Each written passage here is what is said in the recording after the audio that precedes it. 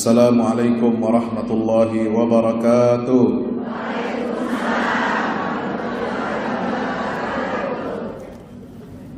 Yang tidak jawab salam mudah-mudahan suaminya kawin lagi. Yang jawab salam mudah-mudahan tahun ini bisa umroh, amin. Tahun depan bisa umroh, amin. Bisa berangkat haji ke Baitullah, amin. Ya Rabbal. Kalau gitu, innallaha witrun yuhibbul witra. Allah itu suka yang ganjil.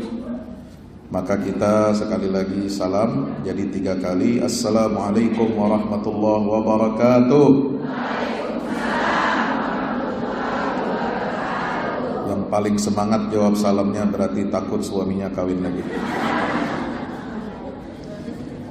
Alhamdulillah, bersyukur kepada Allah. Siang hari ini kita dipertemukan di dalam rumah Allah untuk mengkaji, mempelajari ayat-ayat Allah. Kita melangkahkan kaki kita, niat kita hanya untuk mencari ridha Allah. Ini adalah sebaik-baik amal, sebaik-baik kegiatan yang kita lakukan semata-mata hanya untuk mencari keridhaan Allah Subhanahu wa ta'ala. Alhamdulillah, pada kesempatan siang hari berbahagia ini Allah masih berikan kepada kita nikmat sehat walafiat, amin. Nikmat panjang umur, nikmat badan kita sehat, hati kita sehat, kantong kita juga mudah-mudahan sehat dan tebal, amin. Ya Rabbal. Walaupun sudah berada di penghujung tahun, mudah-mudahan rezeki kita selalu dimudahkan, diperbanyak oleh Allah Subhanahu wa ta'ala untuk beribadah, amin ya Rabbal alamin. Saya kalau kemana-mana dari Jakarta atau dari kota lain, berangkat naik pesawat ke Banjarmasin ini selalu menemukan hampir separuh pesawat itu isinya jamaah umroh yang baru pulang. Alhamdulillah. Berarti memang orang Banjar ini banyak duit, nah. Amin ya Rabbal alamin. Saya nggak tahu kalau ibu-ibu Aisyah ini. Insya Allah juga lebih banyak lagi ya. Bapak Ibu yang dirahmati Allah Subhanahu wa taala, mari kita bersalawat salam kepada junjungan kita baginda Rasulullah Muhammad sallallahu alaihi wasallam serta keluarga, para sahabatnya, mudah-mudahan tercurah limpahkan untuk kita semua pengikutnya hingga yaumil qiyamah. Mohon maaf saya tadi agak terlambat karena di jalan juga cukup macet, dan tadi kami sebelum kesini saya mampir dulu ke kedai kopi, karena kalau ndak ngopi kepala rasanya nyut-nyutan. Sama nyut-nyutan kepala saya kalau sudah lama tidak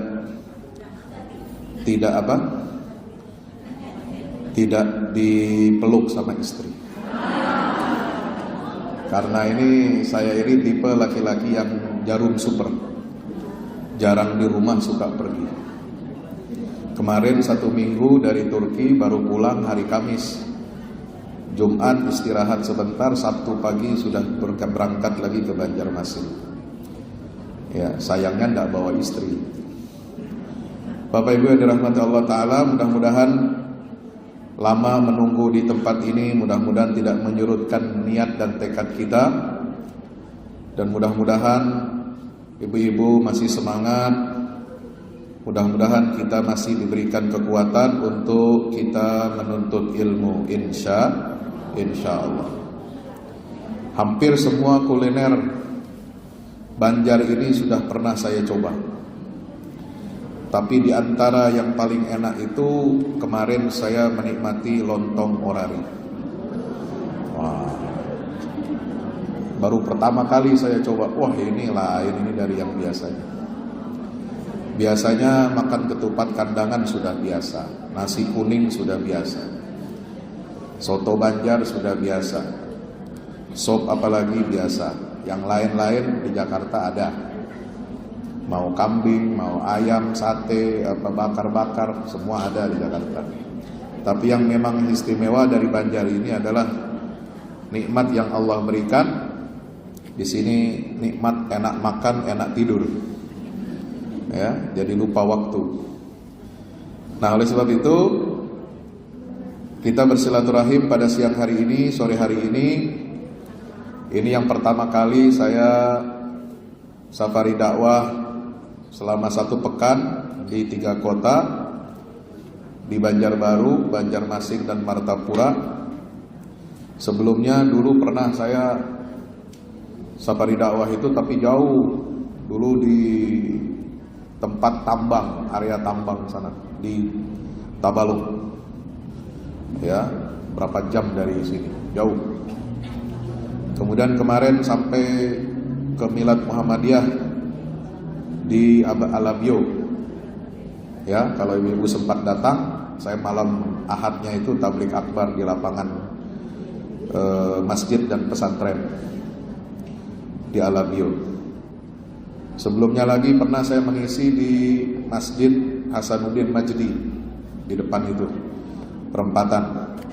Tapi sudah lama, dulu waktu saya diundang membedah buku mengenal dan mewaspadai penyimpangan Syiah di Indonesia. Alhamdulillah siang hari ini saya bisa bersilaturahim dengan ibu-ibu Aisyah daerah Banjarmasin.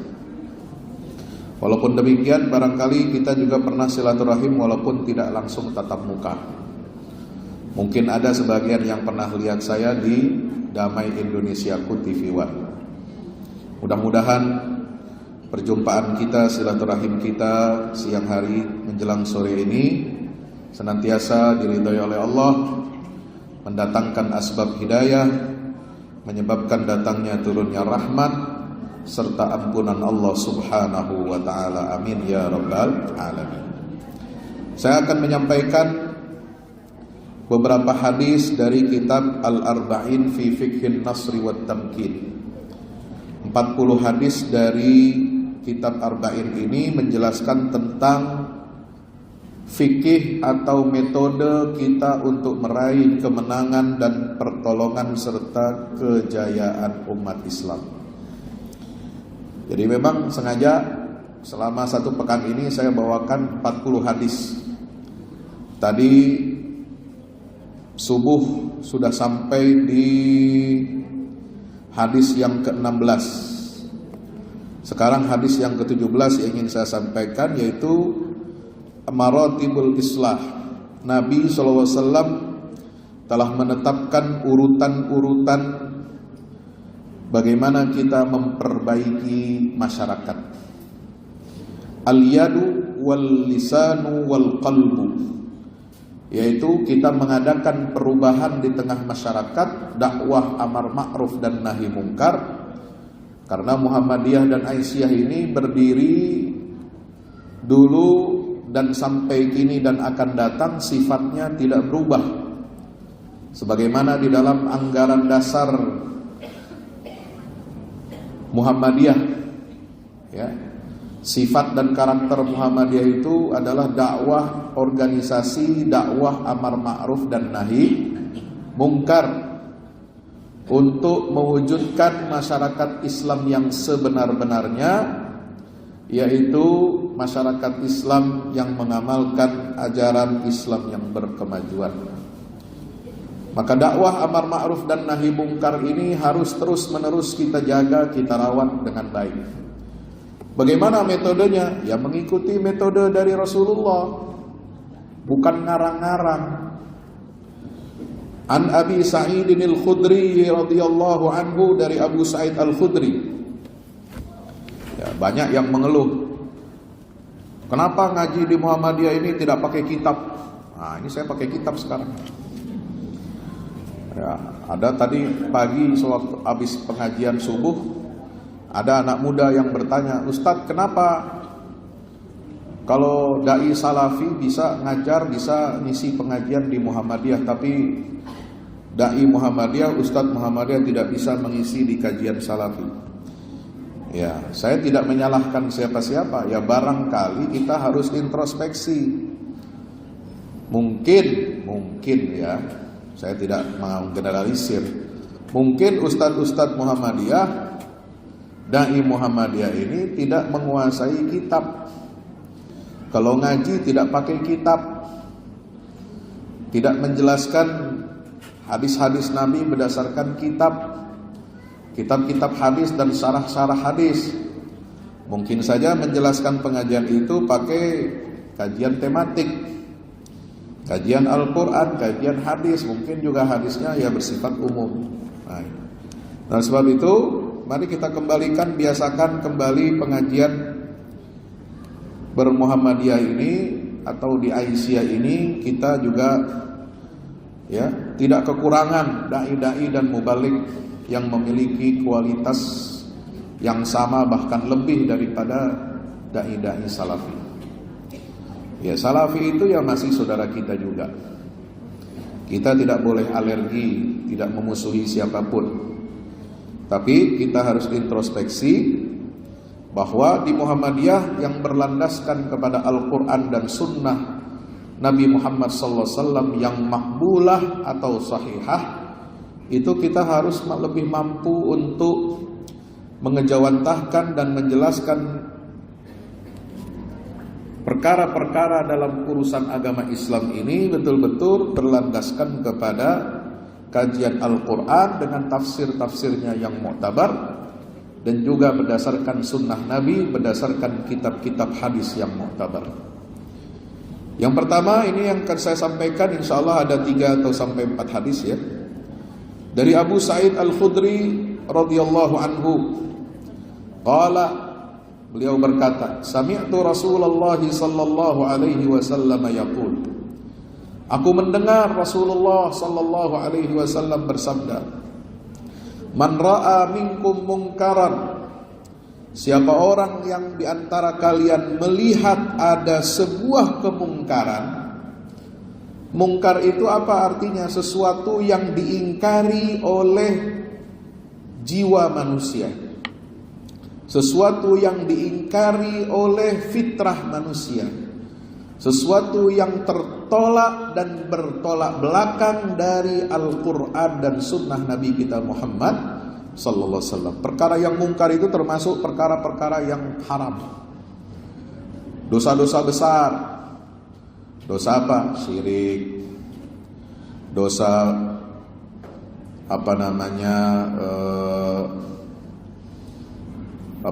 berbuat jahat atau kepada orang tua itu, durhaka pada orang tua, mencuri, berzina, minum khamar, narkoba. Nah, itu semua perkara mungkar. Ya. Kemudian mengambil hak orang lain, berbuat zalim, berbuat fitnah dan sebagainya. Ya. Dan mungkar itu ada levelnya, mungkar secara untuk kehidupan pribadi, ada juga dalam kemungkaran dalam keluarga. Contoh mungkar yang dalam keluarga ini apa? Perbuatan kita orang tua durhaka kepada anak. Loh, apa bisa orang tua durhaka kepada anak? Bisa. Sama dengan anak durhaka kepada orang tua. Orang tua yang durhaka kepada anak itu adalah orang tua yang tidak memberikan pendidikan agama yang baik kepada anaknya. Orang tua durhaka kepada anaknya adalah orang tua yang tidak memberikan nama yang baik untuk anaknya. Anaknya diberi nama Jahannam, anak diberi nama setan, anak diberi nama Abu Lahab, anak diberi nama Korun, kadang-kadang dipelesetin jadi Kirun. Anak diberi nama nggak baik, ya. Atau dikasih nama yang bukan Islami, pakai nama-nama Barat, nggak ngerti nama Barat itu dari mana. Ya. pokoknya keren. John, William, apalagi band, ada band Gurion, nah itu bahaya itu. Ada band macam-macam ya. Itu contoh orang tua durhaka kepada anak, tidak kasih nama yang baik, tidak kasih pendidikan agama yang baik, ditelantarkan anaknya, ya, dibiarkan anaknya belajar apa saja, tidak dikontrol, tidak dipelajari agama, akhlak, akidah yang baik. Yang penting apa? Orang tua zaman sekarang ini gengsi, ya, nggak mau anaknya disekolahkan di sekolah Muhammadiyah. Ya, kenapa nggak mau sekolah Muhammadiyah? Murah Pak Ustaz. Kita mau yang mahal. Gengsi dia. Masukkan anaknya ke sekolah internasional. Wow. International school. Ternyata di sana nggak belajar akidah, nggak belajar akhlak, nggak belajar Quran, nggak belajar hadis, ya, nggak kenal huruf, nggak kenal sholat. Nauzubillah min dzalik. Nah, itu ciri durhaka orang tua kepada anak. Orang tua durhaka kepada anak pernah terjadi di zaman Umar bin Khattab, yang bagaimana ketika anaknya nakal, orang tuanya murka, marah, kemudian anak ini lapor kepada Umar bin Khattab, Amirul Mukminin. Wahai Amirul Mukminin, saya ingin minta keadilan dari Anda. Kenapa? Bapak saya itu yang bikin saya ini nakal. Aku minta engkau menghukum bapak saya. Ya, bapaknya dipanggil sama Umar. Kenapa kamu nggak akur dengan anak kamu ini? Iya, ini anak nggak bisa dibilangin, nggak bisa dinasehatin. Ya. Lalu Umar balik bertanya, kenapa kamu nggak taat kepada perintah bapakmu? Bagaimana saya bisa taat, kata anak ini? Dia nggak kasih saya nama yang baik. Dia nggak kasih saya pendidikan agama yang baik. Dan yang paling besar lagi adalah dia, bapakku ini, nggak kasih saya ibu yang baik. Ya. Jadi memilih pasangan sebelum menikah itu adalah salah satu cara kita berbakti kepada anak. Halo. Assalamualaikum. Kira-kira dulu ibu bapak menikah ini sudah mikir gak kalau kita milih pasangan itu adalah dampaknya itu nanti kepada anak yang lahir dari keluarga ini. Kalau laki-laki hanya memilih calon istrinya hanya karena berdasarkan kecantikannya, pangkatnya, hartanya, status keluarganya, sosialnya, lalu tidak melihat agamanya, itu sudah terjatuh kepada perbuatan durhaka kepada anak sebelum anak itu lahir. Kalau perempuan hanya menerima tawaran, pinangan, lamaran dari laki-laki ganteng kayak sekutang,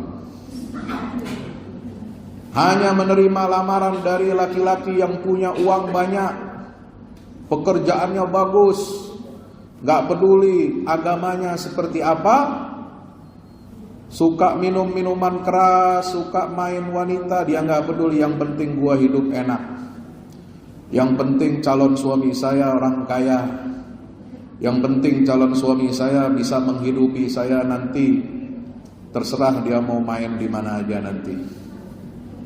Itu sudah tanda perempuan ini tidak bertanggung jawab dan tidak berbakti kepada anaknya. Maka Umar bin Khattab menghukum bapak yang seperti ini, kamu tidak layak menjadi seorang bapak. Apa yang menyebabkan anak ini nakal itu karena perbuatan kamu itu. Nah, itu kemungkaran dalam keluarga. Kemungkaran dalam negara, banyak kemungkaran negara ini. Korupsi, manipulasi, ijazah palsu, illegal logging, Lah, itu kan wakil bupati ada itu dihukum karena ijazah palsu. Jangan ketawa dulu. Saya nggak nunjuk siapa-siapa. Saya nunjuk wakil bupati, bukan mantan presiden. Ada nggak pejabat pakai ijazah palsu? Ada banyak. Nggak tahu kalau mantan presiden, saya nggak ikut-ikutan. Itu kemungkaran negara. Pembalakan liar, kasih izin tambang sembarangan, mengelola hutan, mengelola tambang tidak sesuai dengan aturan. Itu kemungkaran negara. Ya. Menunjuk rekanan proyek pembangunan daerah hanya dari kalangan keluarganya, KKN, itu kemungkaran. Jadi kemungkaran ini banyak. Bukan hanya zina, mencuri, minuman keras, khamr. Bukan hanya membunuh orang. Kasus pembunuhan kan banyak sekarang. Hati-hati kalau sekarang punya anak perawan.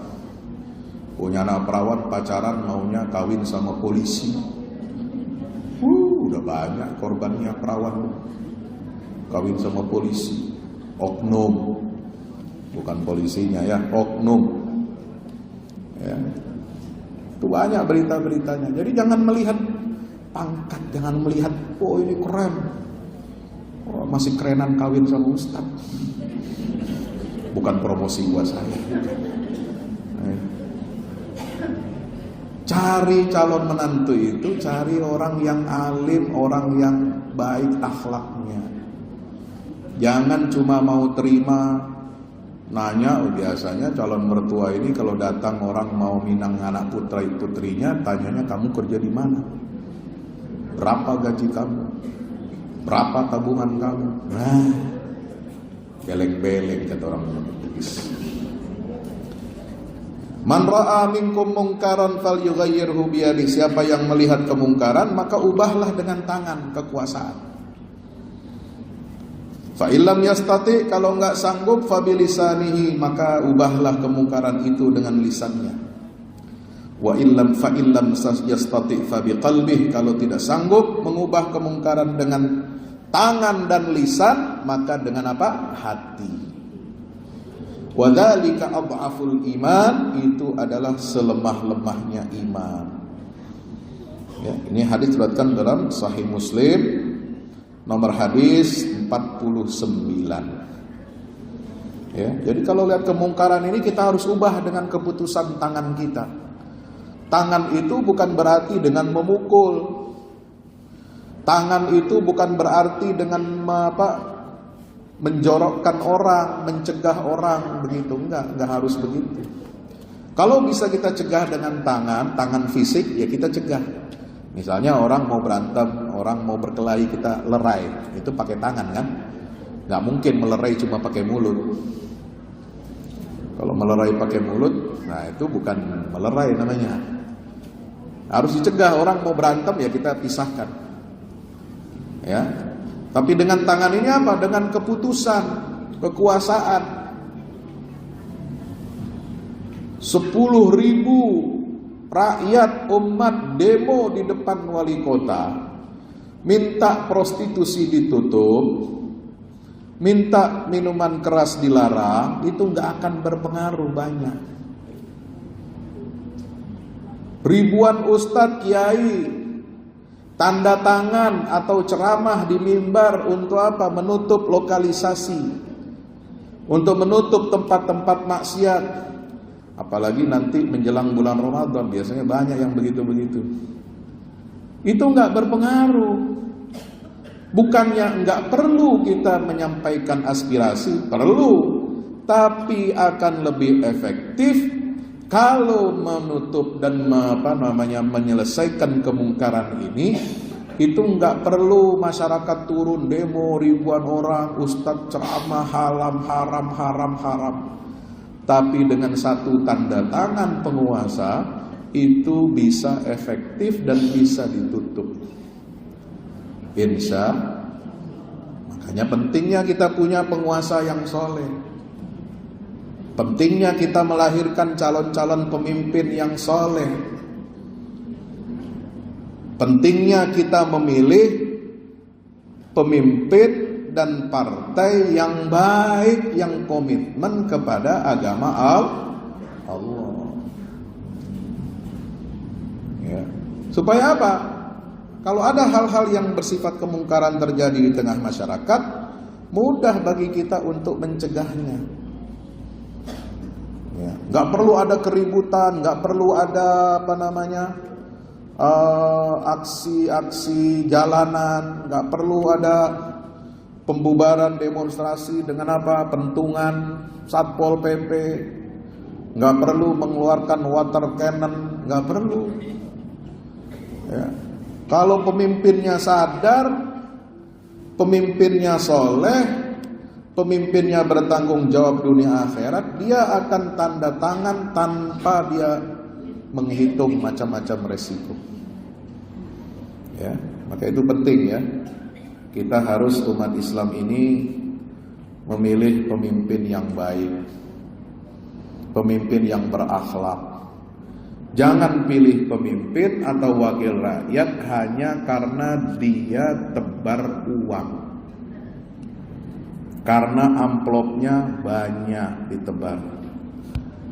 Ya, nanti kita sengsaranya 5 tahun. Nauzubillah min zalik. Ya, Ibu Aisyah ini harus berada di garis terdepan menentang praktek-praktek politik uang. Insya itu bagian dari dakwah amar ma'ruf nahi mungkarnya Aisyah. Betul? Insya Allah. Kalau nggak bisa dengan tangan, kita nggak punya pemimpin yang begitu, padahal kita sudah berusaha keras, ya dengan lisan. Nah, jadi lisan ini nomor 2. Setelah apa? Kekuasaan. Kalau kekuasaan tidak bisa juga, ya minimal dengan lisan kita menyampaikan aspirasi kita dengan baik. Kalau tidak digubris juga, kita nggak berdaya, umat juga banyak yang kemudian diam, ya sudah, kita menolak kemungkaran itu dengan apa? Dengan hati. Kita berdoa kepada Allah agar Allah membolak-balikkan hati pemimpin dan penguasa. Itulah selemah-lemahnya iman. Kita mau iman yang lemah atau iman yang kuat? Halo? Assalamualaikum. Iman kita mau kuat atau lemah? Kalau mau imannya kuat, ya nomor 1 dengan kekuasaan. Setuju? Insya Allah ya. Jadi itu penting.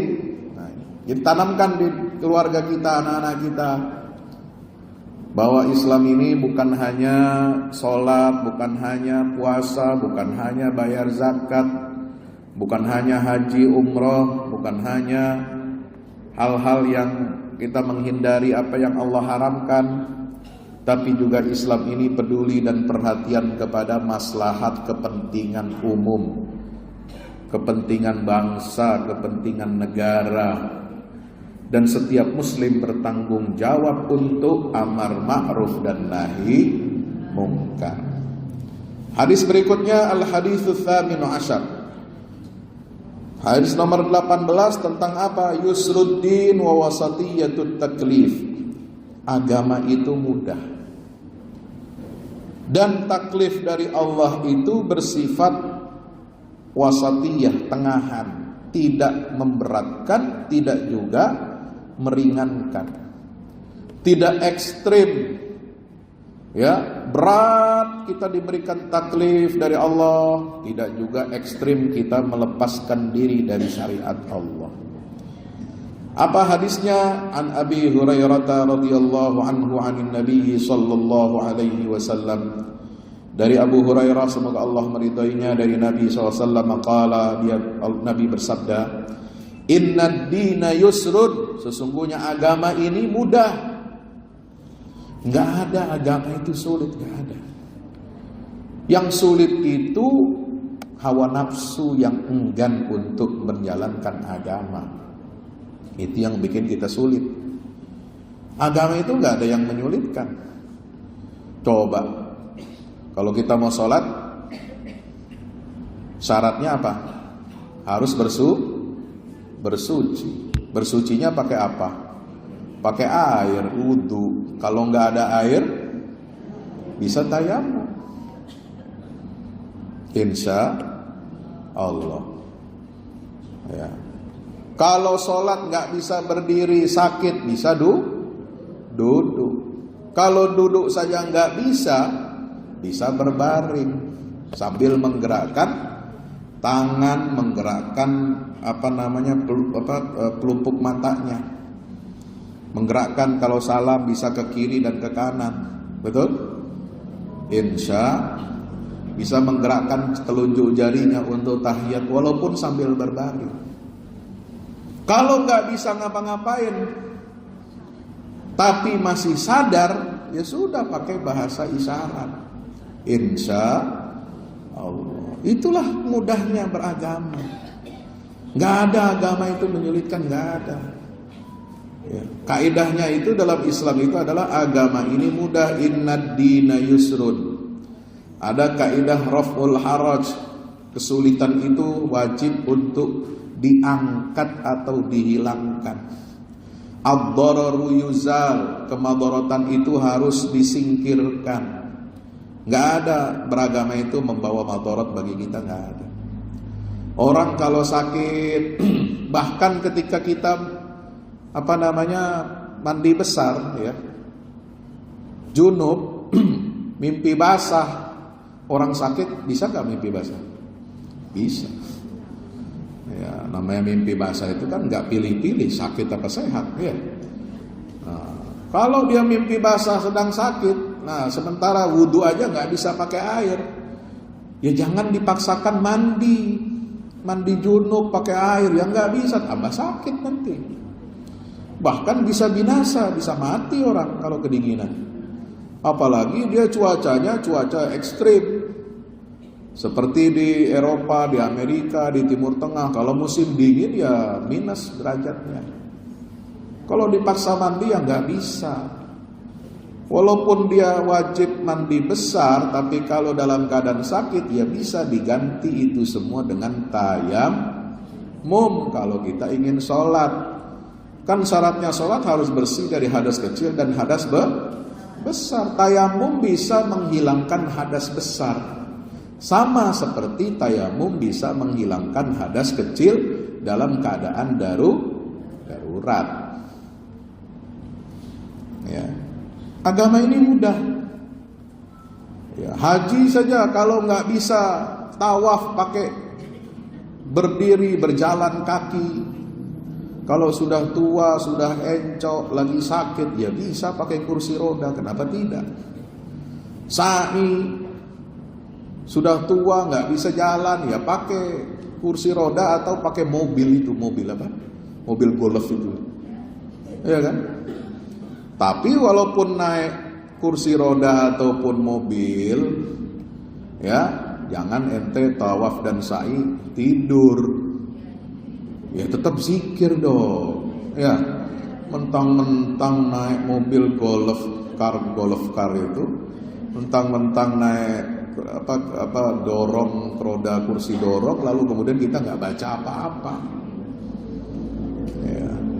Tetap kita berzikir sebagaimana aturan dalam tawaf dan sa'i, insya Allah. Bahkan kalau kita sakit nggak sadarkan diri, ketika wukuf di Arafah nggak bisa ditandu, ya itu dengan mobil-mobilnya, dengan infus-infusnya kita wajib dibawa ke padang Arafah. Walaupun kita tidak ada di dalam tenda Arafah, walaupun hanya sebentar, nggak apa-apa. Itulah kemudahan dalam berislam, insya Allah. Ya.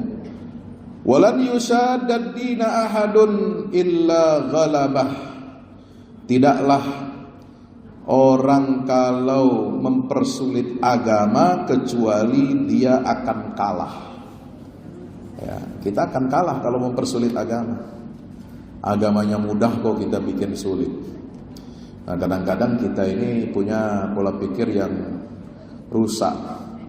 Kalau bisa dibikin sulit, kenapa bikin mudah?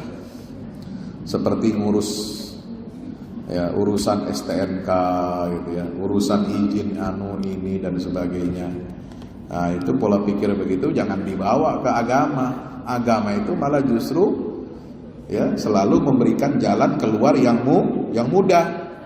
Fasaddidu, maka kata Nabi SAW, berbuatlah amal yang maksimal, optimal. Fasaddidu.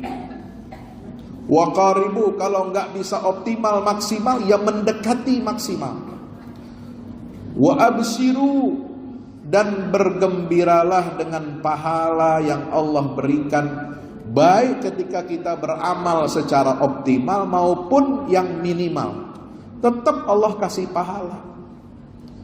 Allah tidak menyia-nyiakan amal seseorang. Innallaha la yudhi'u ajral muhsinin. Allah tidak menyia-nyiakan pahala buat orang-orang yang berbuat baik.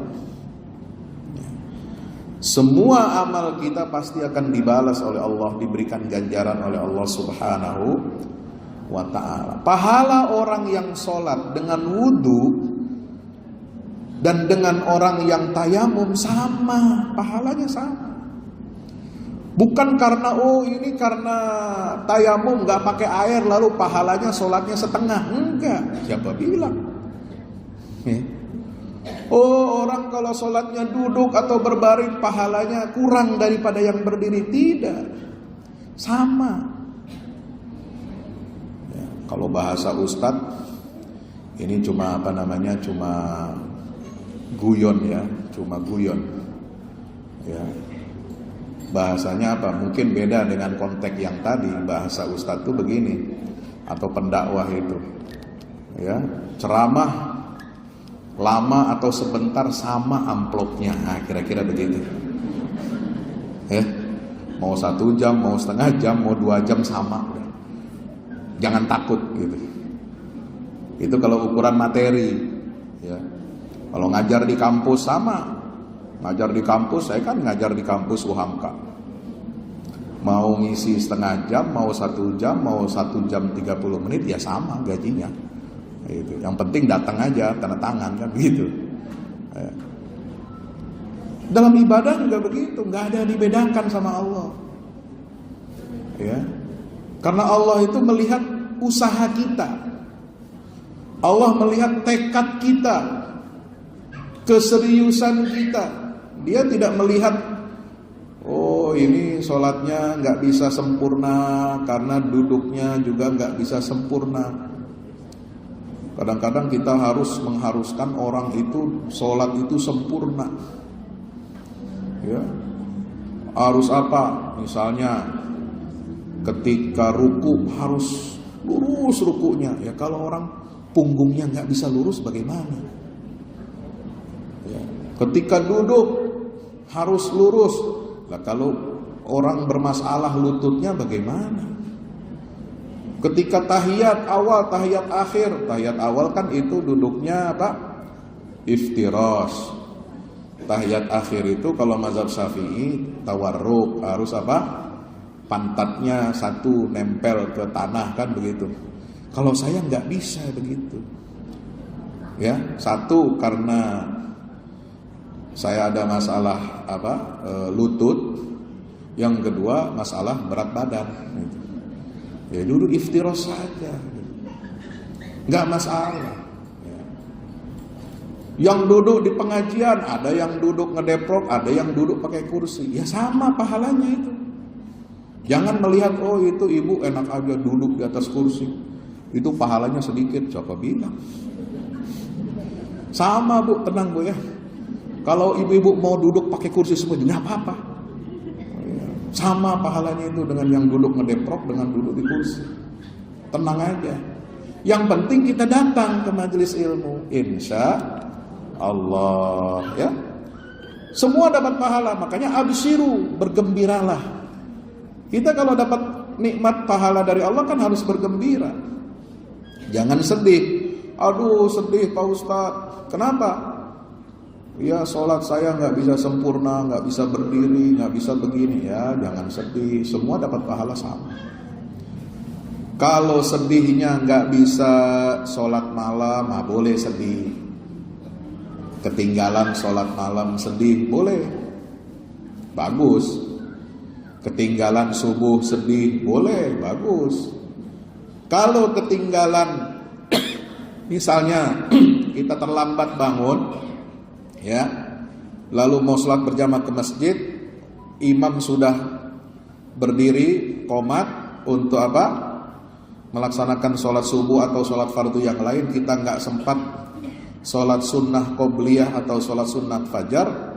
Nah, di dalam kesepakatan ulama, karena sholat sunnah qobliyah atau sholat sunnah fajar itu penting, pahalanya besar, maka itu bisa diqodho. Tapi untuk subuh aja ya. Kalau qobliyah zuhur nggak ada qodhonya. Ya, qobliyah isya, asar nggak ada qodhonya. Jangan dipaksain sama. Gitu. Yang dibolehkan diqodho oleh ulama semua mazhab adalah ya qodho kita kalau ketinggalan sholat sunnah qobliyah atau fajar subuh. Habis sholat subuh, imam mengucapkan assalamualaikum warahmatullahi wabarakatuh, assalamualaikum warahmatullahi wabarakatuh. Nah, setelah zikir kita boleh qodho sunat fajar subuh 2 rakaat, insya Allah. Supaya apa? Kita bisa mengejar ketinggalan. Kalau ketinggalan pahala itu harus sedih. Jangan kalau ketinggalan makan baru sedih. Habis snacknya Pak Ustadz datang ke masjid ini, wah sedih. Jangan sedih, ini kalau mau ada adil. Masih ada 2 ini, saya sudah kenyang ya. Jangan sedih kalau ketinggalan dunia itu. Dunia itu kecil, bisa diganti dengan yang lain. Ya. Kehilangan dompet kecil. Yang bahaya itu kalau ketinggalan istri itu. Nanti bapaknya dimaki-maki nanti kalau ketemu itu. Ya. Ngapain kamu ketinggalan istri? Masa istrinya nggak dilihat sebesar ini ya. Wasta'inu bil ghudwah. Mintalah pertolongan kepada Allah dengan apa? Dengan waktu-waktu pagi. Jadi kalau ingin optimal hidup kita, kita harus memanfaatkan isi waktu kita di pagi hari. Mulai dari terbit matahari sampai terbit apa? Sampai terbenam, sampai zuhur. Itu ghudwah.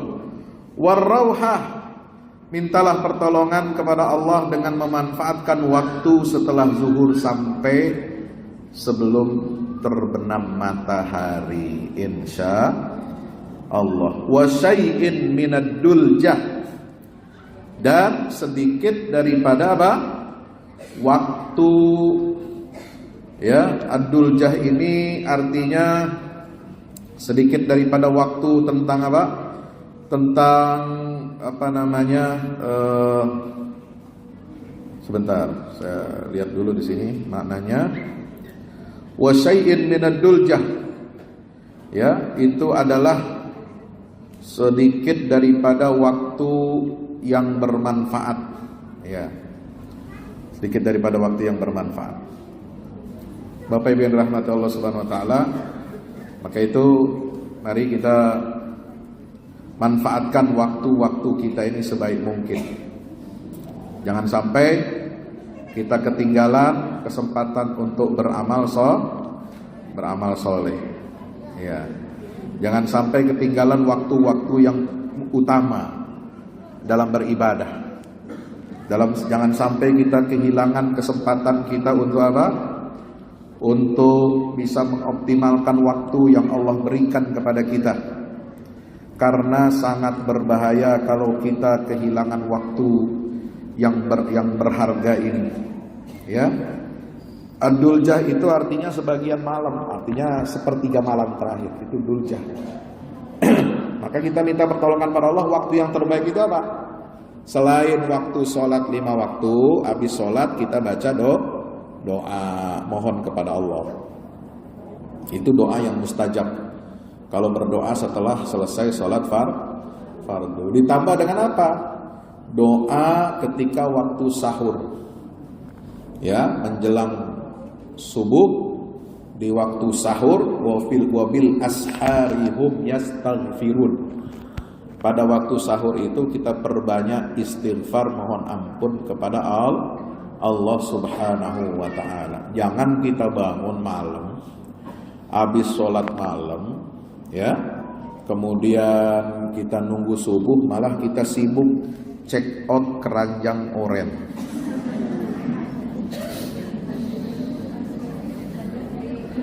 Suaminya nanti yang marah-marah itu. Ini bukannya banyak istighfar malah check out keranjang oren. Oh enggak, ini Pak bagus, ini jilbabnya bagus, ini kaos kakinya bagus, ini dasternya. Sudah banyak daster.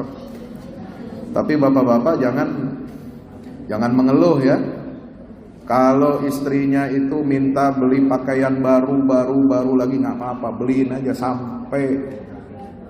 sampai lemarinya roboh, itu nggak apa-apa. Karena memang perempuan itu ya pengen yang baru, walaupun sudah ada yang sama warnanya, modelnya sama, kembangnya sama, tapi dia merasa apa? Itu sudah lama. Ya, mau yang baru, nggak apa-apa, biar tampil keren dan cantik di depan suami. Insya Allah. Kalau nggak baru nanti susah, daripada cari istri baru kan repot. Ya Pak. Bapak Ibu rahmati Allah Ta'ala. Yang ketiga, nah ini, al-mas'uliyatul jamaiyah sabilun najat wan nasr. Tanggung jawab sosial itu adalah jalan menuju keselamatan dan kemenangan. Nah ini lihat hadisnya, amar ma'ruf nahi munkar penting. Anin Nu'man ibn Bashir radhiyallahu anhu ma'anin Nabi sallallahu alaihi wasallam qala. Dari sahabat Nu'man bin Bashir, semoga Allah meridainya, dari Nabi SAW dia bersabda, mathalul qaimi ala hududillah, perumpamaan orang yang menegakkan aturan agama Allah, berdiri di atas batasan-batasan Allah, wal waqi'i fiha, dan orang yang melanggar aturan-aturan batasan Allah. Bagaimana perumpamaannya? Satu menegakkan aturan, yang satu melanggar. Ini Nabi berikan perumpamaan yang sangat luar biasa. Kamatsali qaumin, itu seperti perumpamaan sebuah kaum, sekelompok orang, istahamu ala safinatin. Mereka sama-sama mau naik kapal, tapi sebelum naik kapal mereka mengundi tempat duduknya, mau pilih yang atas atau yang bawah. Biasanya orang pengen duduk di kapal itu di atas, nggak mau yang di bawah. Kenapa? Karena di bawah sumpek, di bawah kurang dapat sinar matahari, ya kan? Di bawah itu agak becek, ya kan? Nah, zaman dulu kapalnya kan begitu, maunya di atas. Tapi nggak semua bisa menampung di atas, nggak semua juga bisa di bawah. Maka harus apa? Diundi. Istahamu ala safina. Fa asaba ba'dhum a'laha, sebagian dapat jatah undian, dia duduk di atas, tinggalnya di atas kapal. Wa ba'dhum asfalaha, dan sebagian lagi dapatnya di bawah. Ya, fakana alladziina fi asfaliha. Nah, orang-orang penumpang kapal itu yang tinggal di bawah, di dek kapal, idastaqau minal ma marru ala man fawqahum. Kalau mereka ingin mengambil air, mereka akan meminta izin kepada orang yang ada tinggal di atas kapal. Faqalu, mereka berkata, lau anna kharaqna fi nasibina kharqan walam nu'dhi man fawqana. Kalau seandainya kita melubangi, bikin lubang kecil ya di dek kapal ini supaya kita bisa mengambil air.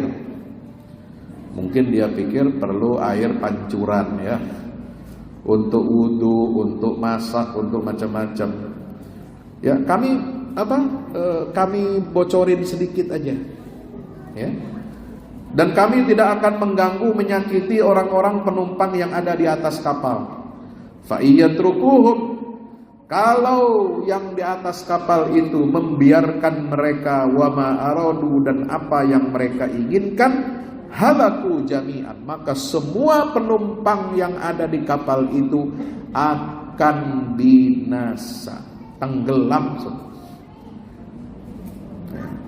Wa in akhadhu ala aidihim, kalau mereka mencegah, melarang tangan mereka untuk membuat bocoran atau lubang kecil, najau wa najau jami'an, mereka semua akan selamat.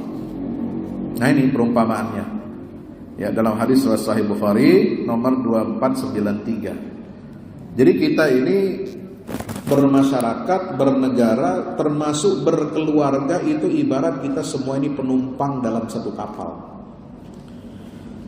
Kapal itu ada kemudinya, ada nahodanya, ada krunya, pelayannya, ada yang ngurusi mesinnya, ada yang ngurusi teknisinya, ada yang macam-macam.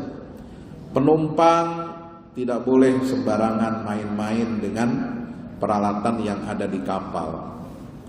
Apa saja, termasuk mobil, termasuk pesawat terbang. Makanya di pesawat terbang itu ada peringatan, ya, jangan kamu ambil peralatan keselamatan, itu dendanya 200 juta. Gak boleh kita main ambil fluid, ya, ambil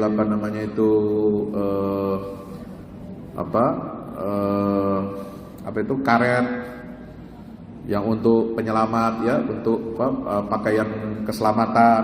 Nggak boleh ambil jaket dan lain sebagainya, itu berbahaya ya. So itu diperlukan kalau terjadi apa-apa, bencana di dalam moda transportasi. Nggak boleh kita melubangi kapal, nggak boleh kita, apalagi namanya pesawat terbang. Jangan macam-macam ente ngelubangin pesawat itu. Apalagi mau buka pintu darurat. Wah. Nauzubillah min zalik. Apalagi sampai ada sabotase. Ya Allah, sabotase bahaya sekali. Ya, kemarin itu pesawat Air India berangkat dari Mumbai mau ke Inggris. Coba bayangkan, baru berapa detik jatuh. Ternyata apa? Ditelusuri, itu katup, ya, yang mestinya terbuka, yang mestinya posisi on, itu kok adanya off. Jadi dia bisa lepas landas, itu karena mesin baling-baling kan. Tapi itu kan perlu suplai bensinnya. Nah, ini suplai bensin dari dari tempat penyimpanan ruang bahan bakar itu tidak masuk ke mesin. Itu kan ada katupnya itu. Loh, ini kok kenapa dalam posisi off? Baru langsung kaget mereka ini, pilot sama kopilotnya, itu baru ditemukan rekaman suaranya, baru kemudian sudah naik, baru dinyalain. Ya sudah terlambat. Bisa naik tapi nggak bisa terbang, ya jatuh lagi dia. Nauzubillah min dzalik. Inna lillahi wa inna ilaihi. Bahaya itu, mengubah-ubah setting-setting begitu itu, nggak main-main. Ya, maka kita juga di masyarakat begitu, nggak boleh kita sembarangan, semau seenak perutnya sendiri. Ya, kita bikin ini, kita bikin itu. Ya, untuk Untuk mendatangkan pariwisata, mendatangkan turis, kita bikin ritual-ritual nenek moyang. Ritual syirik, sedekah laut, padahal syirik dibilang sedekah. Ngaco aja. Itu yang dulu bencana di Palu itu. Tahu di Palu? Enak gak di Palu? Ada yang lahir di Palu? Baru lahir di Palu. Ya bocor kepala aja. Itu nggak lama itu, alasannya gubernur ingin menghidupkan pariwisata, adat dan budaya. Wah, dibikinlah sembelih kerbau apa macam-macam. Dibikin tari-tarian, bikin apa itu namanya, sesajen, mendatangkan arwah leluhur apa yang begitu-begitu. Islam sudah membersihkan itu semua. Loh, kok kita kembali ke zaman jahiliyah? Ya, akhirnya apa? Ya, nggak lama itu langsung dilumat sama air laut. Gempa besar kemudian likuifaksi. Nauzubillah min dzalik. Teman saya yang ada di situ, yang selamat kemudian datang ke tempat kejadian bencana itu beberapa jam atau hari setelahnya, itu melihat korban masih bergelimpangan di pinggir pantai, dan semua yang hadir di situ nonton itu semua mereka sudah dalam keadaan apa? Tidak bernyawa, dan semua auratnya terbuka. Nggak laki, nggak perempuan. Celananya semua melorot. Coba bayangkan, saking kerasnya air ya. Siapa yang bisa ngatur itu? Ya Allah. Jangan main-main. Kemarin di Guci, di Tegal itu, tempat pariwisata juga, saya dulu pernah situ juga nginap. Memang enak tempatnya, dataran tinggi, dingin ya, banyak sungai-sungai air jeram itu. Kemarin bikin lagi acara model-model begitu, habis langsung diterjang banjir bandang. Jangan main-main. Jangan merasa kita ini lebih tahu dari Allah. Ya, jangan kita berinovasi, tapi inovasi yang bertentangan dengan syariat, dengan akidah Islam. Ya, rusak nanti semuanya. Nah, termasuk yang di Sumatera itu bukan karena maksiat kemusyrikan, tapi maksiatnya apa? Maksiat melanggar hukum alam, melanggar hukum Allah yang ada di hutan. Penggundulan hutan, pemberian izin yang tidak benar. Nauzubillah min dzalik. Ya, itu menyebabkan apa? Bencana. Lawang hujannya sama dengan di Malaysia, tapi banjirnya beda dengan di Sumatera. Sama, hujannya besar, nggak berhenti berhari-hari. Tapi banjir di Malaysia, di Perlis, di utara Malaysia itu, saya belum lama juga November dari sana.